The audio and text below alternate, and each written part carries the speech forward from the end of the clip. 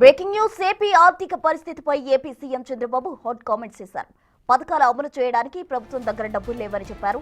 రాష్ట్రం తీవ్రంగా అప్పుల్లో కూరుకుపోయిందని వ్యాఖ్యలు చేశారు.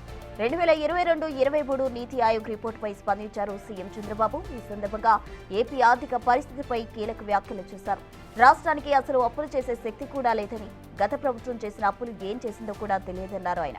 గత 5 ఏళ్ల కాలంలో వైసీపీ ఆర్థిక విధ్వంసం సృష్టించిందన్నారు. గత 5 ఏళ్లలో వచ్చిన డబ్బు అంతా ఏం చేశారో తెలియదన్నారు. అప్పు తీసుకొని రీపే చేసే శక్తి లేదు. అందుకే ఎవరన్నా డబ్బులు ఇవ్వాలని ఇచ్చే పరిస్థితులు లేరు మనకు. అందుకే ఎఫ్ఆర్బిఎం కూడా లేదు. అంటే ఇంత దారుణంగా చేసి మళ్ళా ఫర్దర్గా ఇది 2022-23 అయితే మళ్ళీ అప్పులు చేసేసారు. అందుకే ఎంఆర్ఓ ఆఫీసులు కూడా తాకట్టు పెట్టారు. ఎంఆర్ఓ ఆఫీసులు లేదంటే గవర్నమెంట్వి లిక్కర్ తాకట్టు పెట్టడం, ఎక్కడ దొరికితే అక్కడ తాకట్లు పెట్టి ఇష్టానుసారంగా చేసేసారు. 5 ఏళ్లలో జగన్ ప్రభుత్వం లక్షల కోట్ల అప్పులు చేసిందని, మూలధన వ్యయంపై అతి తక్కువ ఖర్చు పెట్టడం ద్వారా రాష్ట్రాన్ని ఆర్థిక అస్థిరతలోకి నెట్టేసిందని నీతి ఆయోగ్ పేర్కొన్నట్టు చంద్రబాబు చెప్పారు. విధాన నిర్ణయాలు చేసే పాలకులు అసమర్థులు, అవినీతిపరులు, పరిపాలన తెలియని వారు అయితే ప్రజలంతా ఇబ్బంది పడతారని తెలిపారు. ఆర్థిక వ్యవస్థ అస్తవ్యస్తమైతే సంక్షేమ కార్యక్రమాలు అమలు చేయడం కష్టంగా మారుతుందన్నారు. దీనివల్ల ప్రజలపై పన్నుల భారం పెరుగుతుందని, అప్పులు తీర్చడానికి మళ్లీ అప్పులు చేయాల్సి వస్తోందన్నారు. 3 సార్లు ముఖ్యమంత్రిగా చూశాను, కానీ 3 సార్లు లేని ఇబ్బంది ఈసారి చూస్తున్నాను. విశ్వ ప్రయత్నాలు చేస్తున్నాను, కానీ ఇప్పటికి కూడా ఇంకా పూర్తిగా కంట్రోల్కి తెచ్చే పరిస్థితి రాలేదు. ఈ 4 సంవత్సరాలు జరిగిన ఫలితాలు ఈ సంవత్సరం ఆదాయం కూడా వచ్చే పరిస్థితి లేదు. రాష్ట్రానికి వచ్చే ఇన్కమ్ కూడా తగ్గిపోయే పరిస్థితికి వచ్చింది. దాన్ని కూడా స్ట్రీమ్లైన్ చేస్తున్నాం.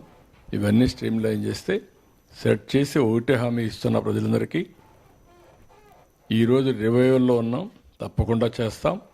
చేసిన తర్వాత సంపద పెంచుతాం, పెరుగుతుంది. పెరిగిన సంపద వల్ల ఆదాయం పెరుగుతుంది.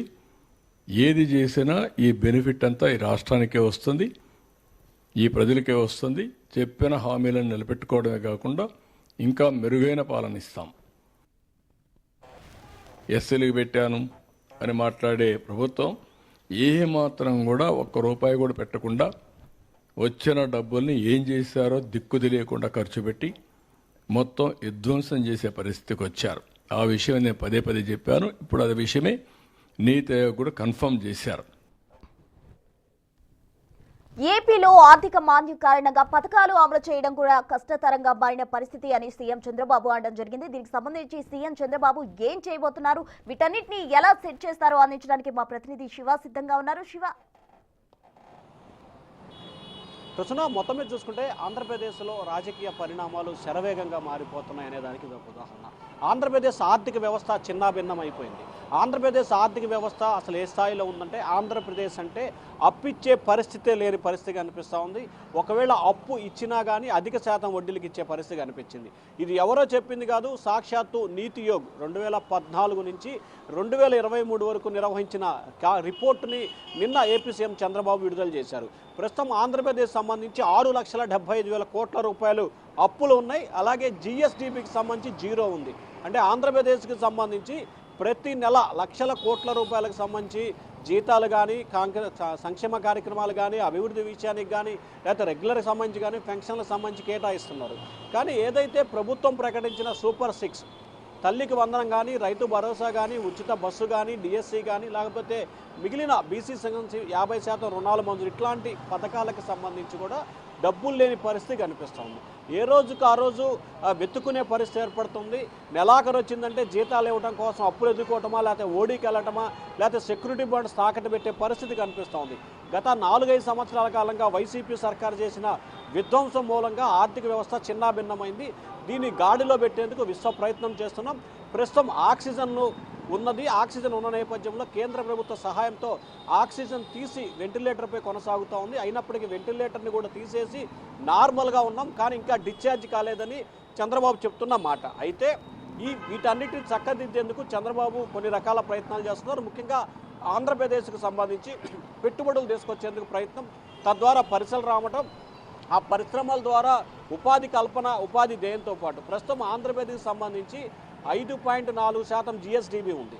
దీన్ని గతంలో 2022, 23, 24 నాటికి ఉన్న 5.5% జిఎస్డిబిని ప్రస్తుతం 7.5 జిఎస్డిబిగా తీసుకొచ్చారు. రానున్న సంవత్సరానికి 12.5 నుంచి 15% తీసుకొచ్చే ప్రయత్నం చేస్తున్నారు. తద్వారా ఆంధ్రప్రదేశ్ సంబంధించి తలసరి ఆదాయం సంవత్సరానికి 5 లక్షలు చేరుకునే అవకాశం కనిపిస్తోంది. సో తద్వారా ఒకవైపు పన్నులు రావడం, మరొక వైపు పరిశ్రమలు రావడంతో ట్యాక్సుల రూపంలో ఇట్లా అనేకంగా ఆంధ్రప్రదేశ్కి కొంత డబ్బులు సమకూరుతున్నాయి. తద్వారా ఏదైతే తాము హామీ ఇచ్చామో పథకాలకు సంబంధించి వాటన్నిటిని కూడా ఒక్కొక్కటిగా అమలు చేస్తాం. ఏ ప్రభుత్వం అధికారంలోకి వచ్చినా సంవత్సరంలోపు హామీలు అమలు చేసే పరిస్థితి ఉండదు. సంవత్సరం తర్వాత ఒక్కొక్కటి అమలు చేస్తాం. కానీ తమ ప్రభుత్వం మాత్రం ఇప్పటికే 3 పథకాలను అమలు చేసింది. మరొక 3 పథకాలకు సంబంధించి డబ్బులు లేవు, కానీ ఖచ్చితంగా మేము ఇచ్చిన హామీలు అమలు చేసేందుకు ప్రయత్నాలు చేస్తున్నామంటున్నారు.